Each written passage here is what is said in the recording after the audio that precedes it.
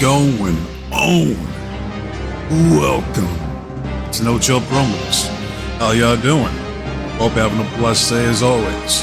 Before I get into this GCW's Hit 'em Up review, I just want to do a quick shout out to all subscribers to the channel and to the followers on Rumble.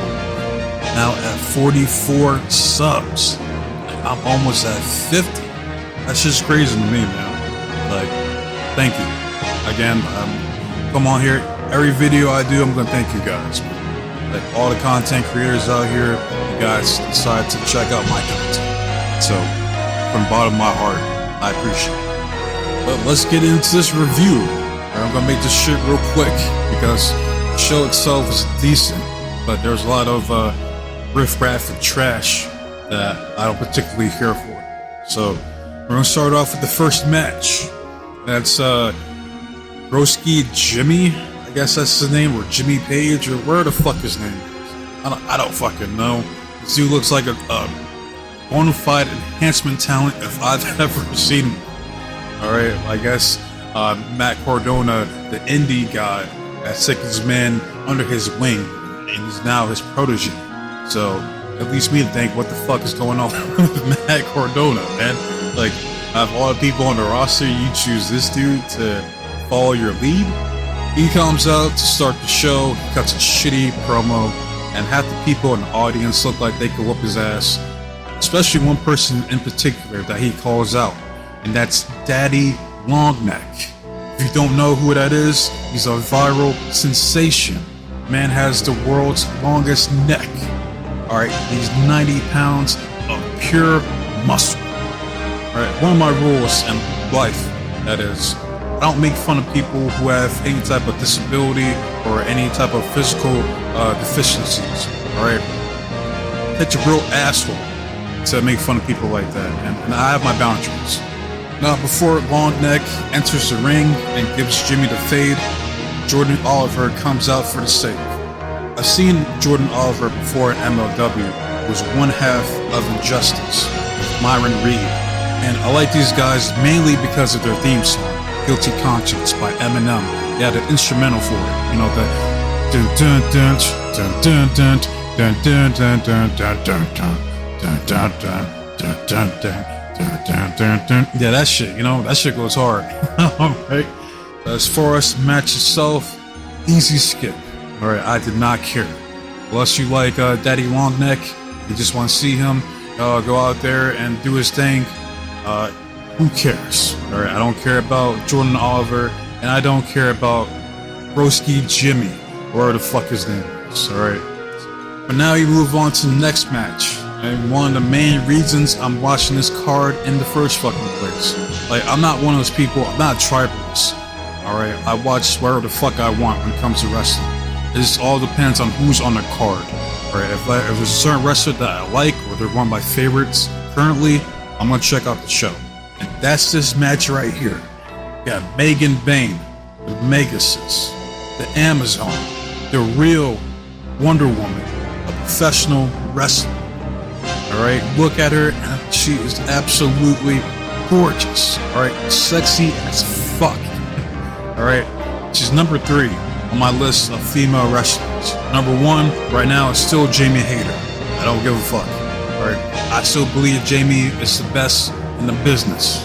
Alright, number 2, Lola Vice down in NXT. And number 3 is Megan Bayne. Alright, who I'm still waiting to come through to AEW, but that's for another video. But yeah, she's on this card tonight. She's facing Miss Sandra Moore. It's my first time seeing Sandra. She reminds me of, like, she's like a combination of personalities between Kylie Rae and Willow Nightingale. These two ladies went out there and put on a damn good match. Yeah, Sandra, later on towards the end of the match, hit this clean as fuck Blue Thunder Bomb on Megan. That was impressive. I'm like, okay, alright, yeah, she's good. I like the Sandra here. But Megan gets the win via Tombstone Pile Driver. And she's still undefeated in GCW, as she should be. Alright, just look at this woman. Alright, if you don't know who Megan Bayne is, go check her out. Alright, you'll see why she's undefeated. why I praise her as much as I do. She can easily be women's champion at any promotion she goes to. But I digress. So let's move on to the next match. We get a debut of Sydney Akeem, aka Reginald, aka Reggie from the WWE. Trips let this man go because he's a Vince guy. So now he's out here trying to make a name for himself on the indies. You gotta respect him. You know, he went out there, he got a pretty good reception from the audience, and then he's facing some jobber named Jack Carter. All right, why is he a jobber? Well, look at his fucking name. Man's name's Jack Carter. That's his gimmick. His gimmick is that he does fucking cartwheels. Like, yeah. So off rip, I hope this dude fucking loses just for that dumbass fucking name. But to my surprise, these two go out there and have a good match. The story that they were trying to tell is anything you can do, I can do, or that type of shit. So they're trying to one-up each other, and I give Jack Cartwheel credit here. He seems to be pretty damn athletic to be able to keep up with Sydney the way that he did. But Sydney gets the win here because he hits like a lethal injection, but instead of coming off the ropes, this man just does it in the middle of the ring. Like, that shit looked crazy. So Sydney Akeem gets his first official win here in GCW. But now we move on to the next match, and this match was very entertaining. This was a sports entertainment match, and that's between Viva Van and a man called DeReiss. I don't know how I fucking say his name, but yeah, this is my first time seeing this dude. He's like a R-Truth. He's like a bootleg version of R-Truth from the UK, basically. Bro comes out and he's rapping his song, and I'm not gonna hold you, I didn't know what the fuck he was saying half the damn time, but the crowd seemed to be into it. Then Viva Van comes out, her sexy self. Don't know who Viva Van is. Basically, she's like Roxanne Perez, but if Roxanne was actually sexy. Right? She looks like a grown-ass woman. And yeah, I know Roxanne is in her 20s, but she looks like she should be learning chemistry as a sophomore in whatever high school she went to. Now, I'm looking at these two, and I'm like these two had to be dating because they're giving off that energy, like they want to fuck each other type shit. You know what I mean? Like, I don't know if that's true or not, and I don't particularly care to know if they are actually dating. That's just what I got off of reading their chemistry. Basically, I guess this is like the third match that they had, and the story that they're trying to tell is MLD wants to get a stink face from Viva Van, but there's always some type of shenanigans that prevents it from happening. So this match is a prime example of storytelling at its finest. Alright, like there was hardly any moves being executed throughout the match. It was just mainly MLD overselling his ass off. Alright, like he's Shawn Michaels against Hulk Hogan at SummerSlam 2005, or whatever year, or whatever pay-per-view it was. I think it was SummerSlam. But yeah, basically, long story short, MLD finally gets a stink face from Viva Van, but that shit was more like a pink face, not a stink face, if you know what I mean. Alright, so Viva Van gets the win here, but MLD was acting like he was celebrating, acting like he won the match, because in reality, he did win. Alright, like who the fuck wouldn't want a stink face from Viva Van? I'm just saying.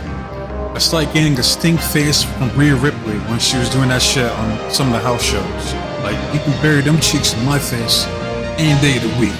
Alright, but I digress. Now, the next match is another reason why I'm watching this show in the first place, and that's for Zilla Fatu, who's been killing it in GCW. Now, I see recently he was talking about how he's not in a hurry to go to WWE. I see why. I guess he's trying to hone his craft and find his own niche, you know, out here in the indies. So I gotta respect him. But he's in a triple threat match against some dude named Bobby Flacco, and I'm not gonna lie, that's a badass fucking name. All right, it's too bad this dude looks like Timothy Thatcher's son. All right, which is like a straight jobber. But Bobby Flacco is a badass fucking name. I love that name. All right. And the other dude is Hunter Drake, another jobber. So Zilla Fatu makes quick work of these dudes, stacks them up like Roman did Bryan Danielson and Edge at whatever WrestleMania was. Gets the 1, 2, 3 here, and that's it. I mean, like a short, quick match. All right, just keep the momentum going for Zilla Fatu. So we move on to the next match, which is a 6-way scramble match. And I can tell you right now, I don't know who any of these 6 people are, but they look like jobbers. All right, that one called Manders, Braden Toon, Jordan Cruz, Mr. Danger, some dude named Rob Shit. I'm gonna call you Shitty Rob instead, and Sam Stackhouse. All right, I don't give a damn about any of these people. All right, but Manders gets to win here. He hits a lariat off of some dude. So hey, kudos to you for getting the win. All right, but we move on to the next match. Another match that I did not care for. It's between 2 jobber tag teams of Los Mancios, which is like a bootleg LAX.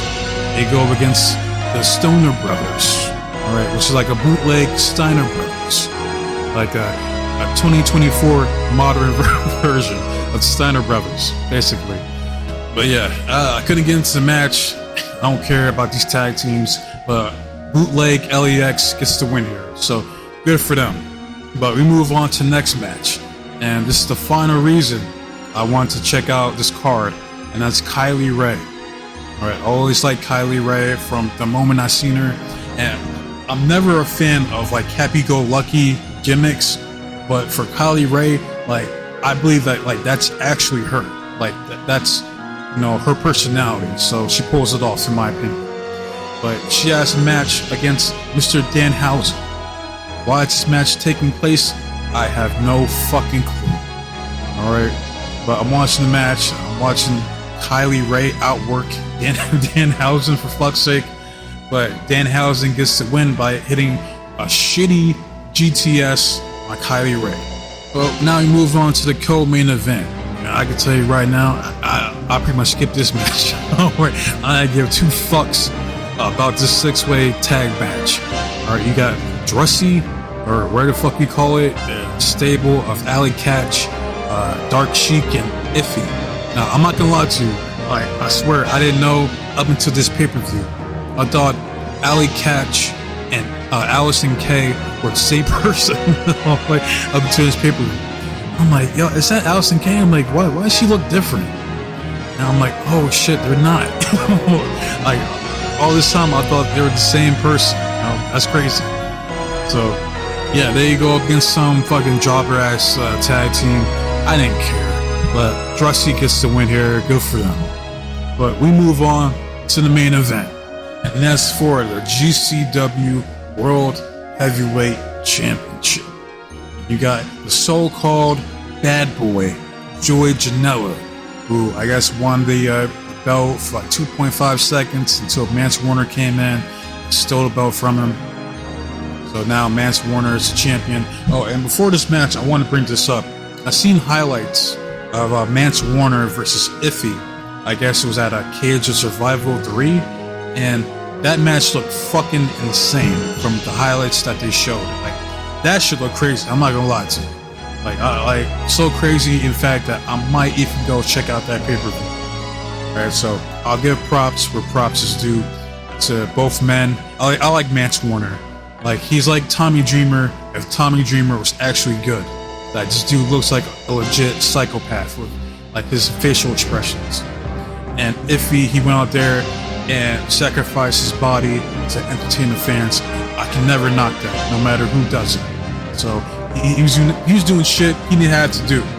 All right, taking some crazy ass fucking bumps in that match. So salute to both men for that performance. But as far as the main event itself, like, I don't give a fuck about Joey Janela. I never have. I'm like, there's a reason that he didn't make it in AEW, man. Like, there's nothing there. Like, I don't see it. Alright, it's like Johnny Gargano. Like, I don't fucking get it. But he's worse than Johnny Gargano. Like, at least Johnny can go in the ring. Alright, but I look at Joey, I'm just like, what's the appeal? Like, what's his gimmick? He's a bad boy?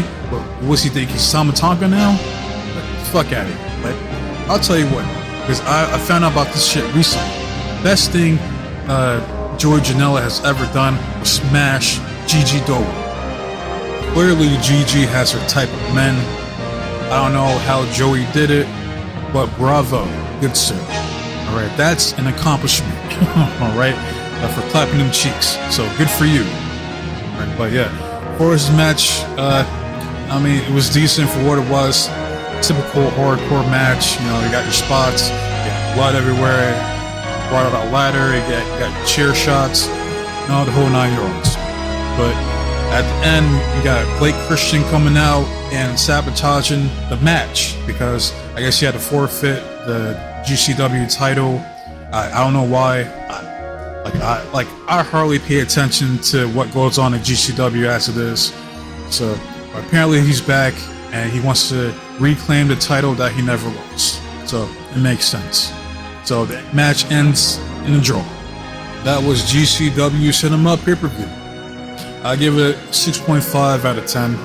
There's a lot of matches I couldn't have done without, a lot of jobbers on this card.